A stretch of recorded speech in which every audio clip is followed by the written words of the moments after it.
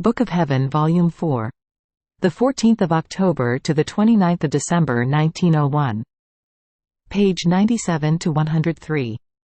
October 14, 1901. Jesus shows himself like a flash and makes her comprehend something about the divine attributes.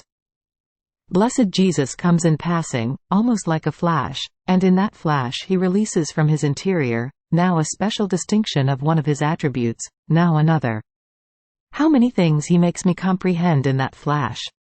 But once the flash has withdrawn, my mind remains in the dark, and is unable to adapt itself to repeating what it has comprehended in that flash of light.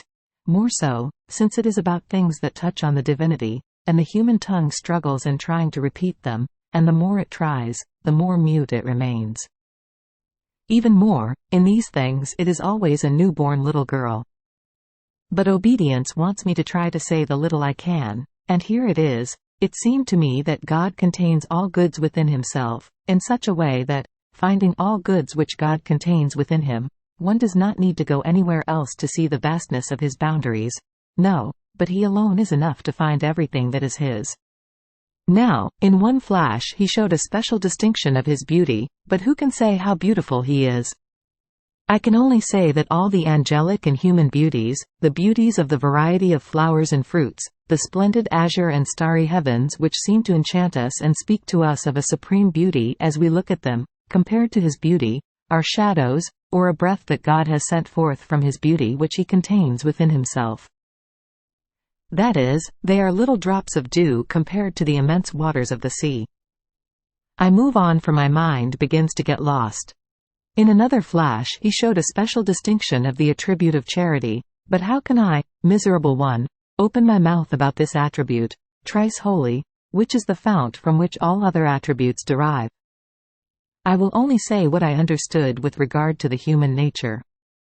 So, I understood that as God creates us, this attribute of charity pours into us and fills us completely of itself, in such a way that if the soul corresponded, being filled with the breath of the charity of God, her very nature should be transmuted into charity toward God.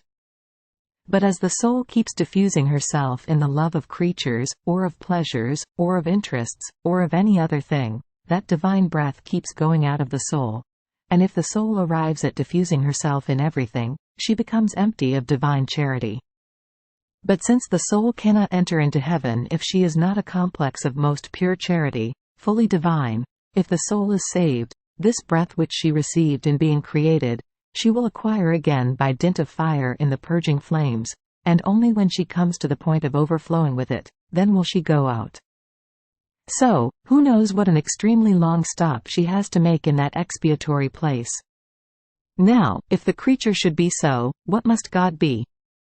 I believe I am speaking much nonsense, but I am not surprised, because I am not at all some learned one, I am always an ignorant one, and if there is anything of truth in these writings, it is not mine, but God's, while I remain always the little ignorant one that I am. October 21, 1901. The upright intention. Everything which is not done for God is dispersed like dust by a mighty wind.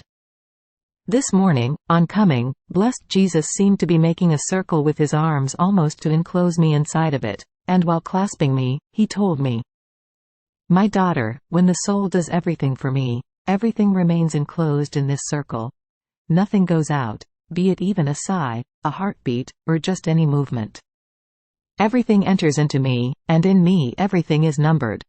And I, as recompense, pour them back into the soul, but all doubled with grace, in such a way that, as the soul pours them once again into me, and I into her, she comes to acquire a surprising capital of grace. All this is my way of delighting, that is, to give to the creature what she has given me as if it were her own, always adding from my own. One who, with his ingratitude, prevents me from giving what I want, prevents my innocent delights. If then one does not operate for me, everything goes out of my circle, dispersed, like dust by a mighty wind." October 25, 1901. Privation makes one know where things come from, and the preciousness of the object lost. I went through various days of fear and doubts about my state, believing that it is all a crafting of my fantasy, and sometimes my mind would become so fixated on this, that I reached the point of lamenting and regretting with our Lord, saying, "What pain, what a disgrace mine has been, to be the victim of my fantasy. I believed I was seeing you, but instead, it was all the hallucination of my fantasy. I believed I was fulfilling your will by remaining in this bed for such a long time, but who knows whether this also has been a fruit of my fantasy. Lord, the mere thought of this gives pain, it frightens. Your will used to sweeten everything, but this embitters me down to the marrow of my bones. Oh, please, give me the strength to get out of this imaginary state." And I would get so fixated as to be unable to distract myself. So much so, that I reached the point of thinking that this fantasy would prepare for me a place in hell, though I tried to snap out of it by saying, "Well then, I will make use of my fantasy to be able to love him in hell." Now, while I was in this fixation, blessed Jesus wanted to increase the pain of my position by moving within my interior, saying, "Do not pay attention to this, otherwise I will leave you, and will show you whether it is I who comes, or it is your fantasy that hallucinates." In spite of this, I did not then get concerned, saying, "Ah, yes, he will not have the courage to do it. He is so good." Yet, he actually did it. It is needless to say what I went through for several days without Jesus. I would be too long. The mere remembering freezes the blood in my veins, therefore I move on. Now, after I said all this to the confessor, it seemed that he became my mediator. As we began to pray together that he would deign to come, I felt I was losing consciousness, and he made himself seen from very far, almost scowling at me for he did not want to come. I would not dare, but the confessor insisted, uniting the intention that he would share the crucifixion with me. So, to content the confessor, he drew near and shared with me the pains of the cross. Then, as if he had made peace with me, he told me, "It was necessary that I deprive you of me. Otherwise you would not have convinced yourself whether it is I or your fantasy. Privation is beneficial to make one know where things come from, and the preciousness of the object lost, and to hold it in greater esteem when it is reacquired." November 22, 1901. The self carries the mark of all ruin, while without the self everything is safety. After going through most bitter days of tears, of privation and of silence, my poor heart can bear no more. The torment of being outside of my center, God, is so great, that I am continuously battered amid dense waves of a fierce storm in a state of strong violence, such that I suffer death at each moment, and what's more, I cannot die. As I was in this position, he made himself seen for a little while and told me, "My daughter, when the soul does the will of someone else in everything, it is said that she has trust in that person, therefore she lives from someone else's volition, and not from her own. In the same way, when the soul does my will in everything, I say that she has faith. So, divine will and faith are branches produced by the same trunk. And since faith is simple, faith and divine will produce a third branch, that of simplicity. And here is how the soul comes to reacquire the characteristics of a dove in everything. Don't you want, then, to be my dove?" On another occasion, another day he told me, "My daughter, pearls, gold, gems, the most precious things, are kept in good custody inside some jewel case, and with double locks.